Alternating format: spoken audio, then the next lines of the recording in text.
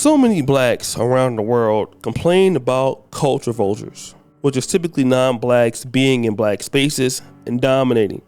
For an example, if you live in the black community and then you see Asians selling weaves, and I've seen this firsthand when I went to London, we call it culture vulturing, right? And then the same thing goes with the media. When Jews or whites or Asians occupy black media, somebody would come out and say, you're culture vulturing. But the reality is, if you're big enough, they will support culture vultures. Rewind, Nemo. How do we know this? Dr. Umar Johnson is a man that preaches the pro-black Pan-African thought leadership. He talks about how black people need to own their stuff. Black people need to do this and that with their own economy, their own community. He even complains about black men dating outside of the race, which I am a very strong pro-black, so I don't really have a problem with what he's talking about. I get it. But what did Dr. Umar Johnson do? Can I get a dun dun dun sound effect? Dr. Umar Johnson showed up on Vlad TV, a known culture vulture, and had an issue with how Vlad TV depicted him during the interview. When you're the person that's been promoting the black community, doing these things, doing that things, but then you go to Vlad TV and then have a problem. Let's talk about another brother, Hassan Campbell.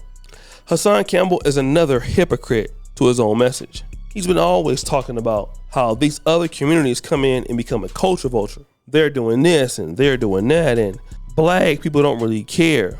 But Hassan Campbell takes his own initiative to do what? Show up on Vlad TV. And what would you call that? Being a culture vulture.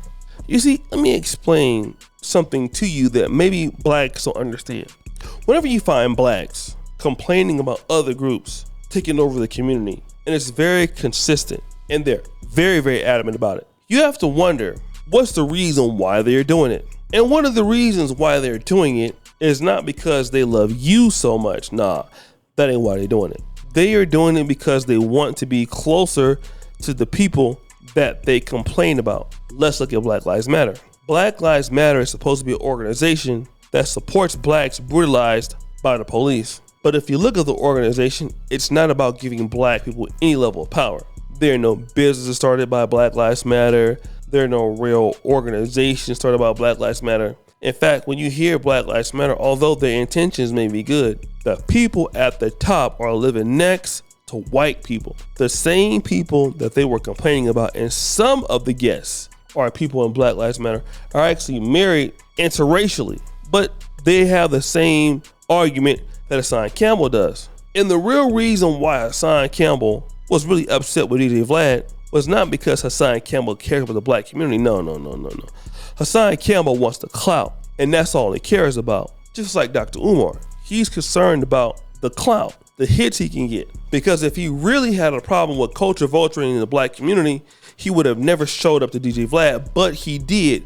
Boyce Watkins always talks about these white people and these white businesses, but if Vlad will cut them a check, they'll come.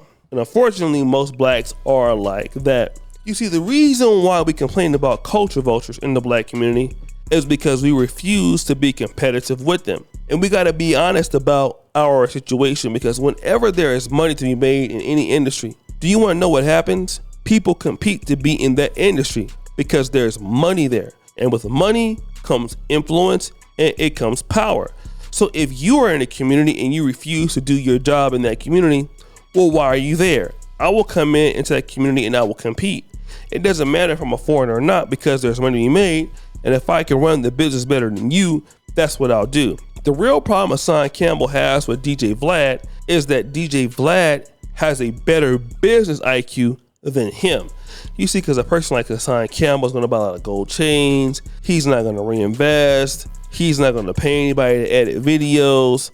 So if anybody comes in that's non-black, Hassan Campbell is going to have a problem with it, because Hassan Campbell doesn't want to put in the intellectual thought to become a business person. So when somebody like Vlad or an Asian comes to the black community that will put the business there that you want to call them the culture vulture, but nobody stopped you for doing the same thing. I am a brother from the African American community, and I'm living right now in Uganda. So many Americans have come to see me in Kampala. I have collaborated with so many different brothers. And do you really want to know why? Is because we have put the investment there into the business.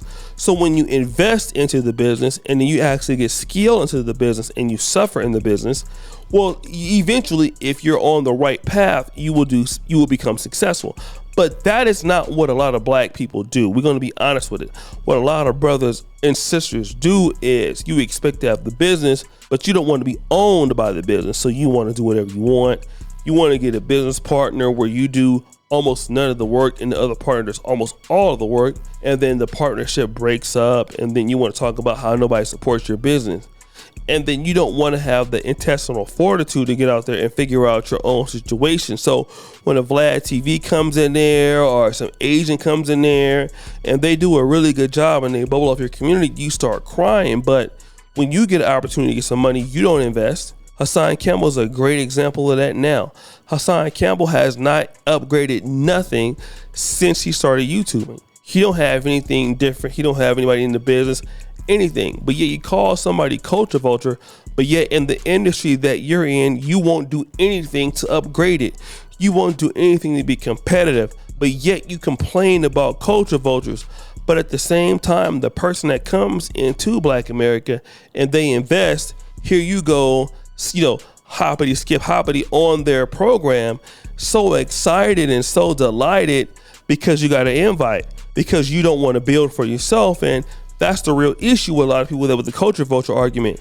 We don't want to say that a lot of brothers and sisters don't want to build for themselves, and that's fine if you be honest. But if you want to have an argument about being a loser in the community because you don't want to start a business, just say that. But stop blaming the culture vultures. And Vlad is a culture vulture, but he works, he invests, he pays people on time. How many black people in America or all around Africa have a problem getting paid by somebody else? A lot. See, at least when Vlad come, he gonna have your money ready. But a lot of brothers and sisters, we don't want to pay nobody. We want to get money, but we don't want to pay nobody.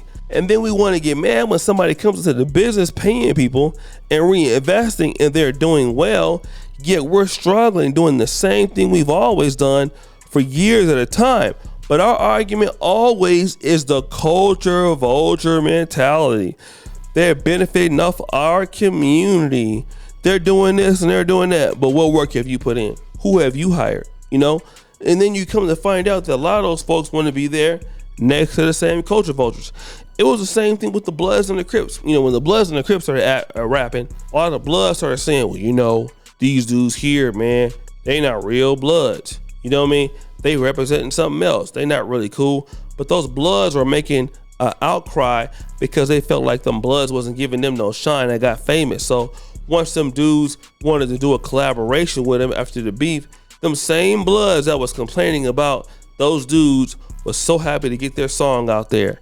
Hella fake, hella hypocritical. Same thing with the Crips. They were saying, oh, Snoop Dogg not a real Crip. He not this, he not that. Soon as Snoop Dogg called and want him on the track, now all of a sudden you took that back. Oh man, Snoop Dogg a real G. Well, which one is it? If he a phony, then don't do a song with him because you standing on that Crip business. But nah, it's different when the brother want to go ahead on and work with you because you see he did something that you don't do. When you get your money, you go buy some weaves and sounds for your chick, or you buy some cocaine, but you don't never want to put no money into what actually makes money. You don't actually want to invest. And so you mad at other people who get big off the culture because they spend the money, but the people from the culture, you don't spend no money. And this is why don't nobody take your ass serious. But guys, what do you think? It's your boy Shake Dude Jackson back at it again with another episode of The Celebrity Junk. I appreciate you for all of you. Just the bell. We're out.